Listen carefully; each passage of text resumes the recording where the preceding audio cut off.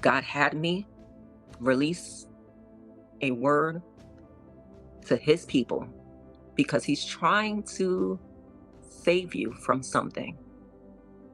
Jeremiah 23, verse 11 says that both prophet and priest are ungodly. And he goes on in verse 12 and says, their way shall be like slippery paths in the darkness into which they shall be driven and fall. Spiritual leaders are supposed to be godly in character. They are supposed to be like guides to us. What is the meaning of a guide?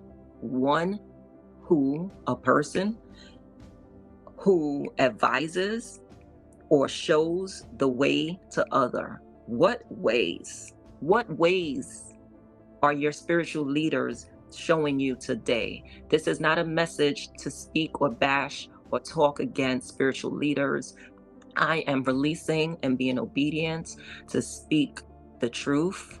You can go into the word and test it for accuracy. This is what the Lord said in Jeremiah, and this is where he wants me to go with it. He wants me to tell you to do an assessment. In what ways are your spiritual leaders showing you today?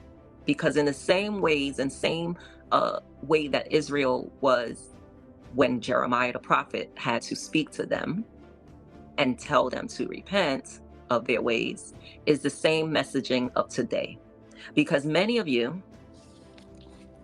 us tend to and have found comfort in toxicity is leading to death, is leading to drying us out spiritually, is leading us in a way that is away from the Lord, from the source. From many of our leaders have caused us to sin by idolizing them, by worshiping them, by serving them in such a way that we have placed them above and beyond the Lord our God, who is supposed to be priority. It's toxic. I just completed a 30-day detox for the month of September. The purpose of the detox was to rid myself of all processed foods, to go to the natural source, to eat only from that which is in its original state. And during that time, I find myself being alleviated from a lot of pain because I went to the source of the thing that I needed to eat. However, coming off the detox, I was still craving some things, but I was still craving what I thought I was missing, what I felt like, well, it can't be that bad. I was still craving some things that I felt like, you know what, I still want to eat this. It can't be that bad because it's comfort food. It's still what I think is good for me because it's still a fruit or it's still a vegetable. So why can't I eat that? But by me trying to introduce these things, what it did is basically cause me to get stuck. And it's introducing toxicity back into my body. I'm thinking about the people of God that lean into their ways, thinking it's can't be that bad.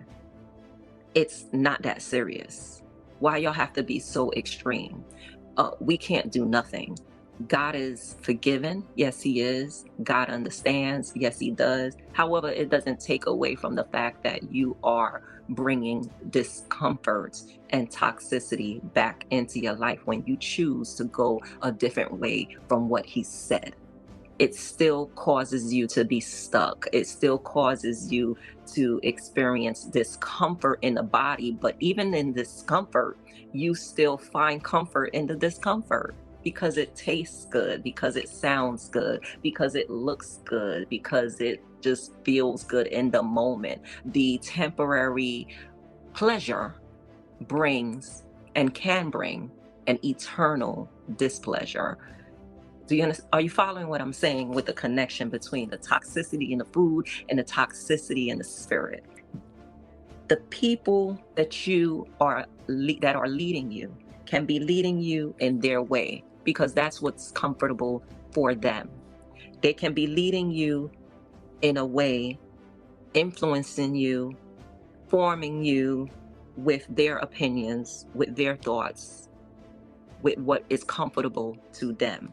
But is it God? Now, Israel's prophets turned to Baal worship. They committed spiritual adultery, and they led the people of God to be like Sodom and Gomorrah, out of the ways of the Lord. Verse 16 of this passage says, do not listen to the words of the prophets who prophesy to you, filling you up with vain hopes. They speak visions of their own minds, not from the mouth of the Lord. They say continually to those who despise the word of the Lord, it shall be well with you, and to everyone who stubbornly follows his own heart, they say, no disaster shall come upon you. These prophets in the scriptures sound a lot like the prophets that we may hear today, prophesying cars and houses and husbands and millions, and now we've increased to billions, and whatever is on their heart, that is what they are prophesying. Whatever they think that you want to hear, that is what they are prophesying. Whatever excites you is what they are releasing to you. But this is what is on their heart. According to the word, it's not from the Lord, it's from their own minds. And they prophesy vain hopes, giving you false hope to those who do not have time for God, to those who do not study the word, for those who do not go into the word and have the patience to sit and listen to the word, because church is too long, sermons is too long, we got some places to be. We do not have time or patience or the mental stamina to listen to a full sermon without getting bored. To those of you who are bored by God and bored by the word, to those of you, unless it is exciting to you in some way where it excites your pockets or is going to speak about adding riches unto you, those are the ones that are receiving false hope. Verse 21 says, I did not send these prophets. That's what God said. I did not send these prophets. I did not speak. True prophets lead the people to repent. So while you prophesying cars and houses and husbands and millions and billions to me, and I'm still struggling every day, and I'm still anxious every day, and I'm still dealing with spiritual battles every day, and I still have to deal with people that are driving me out of character every day, and I still having heart issues. Speak to me about my life. Speak to me about transformation. Speak to me how I shall repent and not think that what I'm doing and when I'm doing and how I'm doing it is okay. That God is still going to bless me anyway, in my ways rather than his ways. A true prophet leads the people to repent.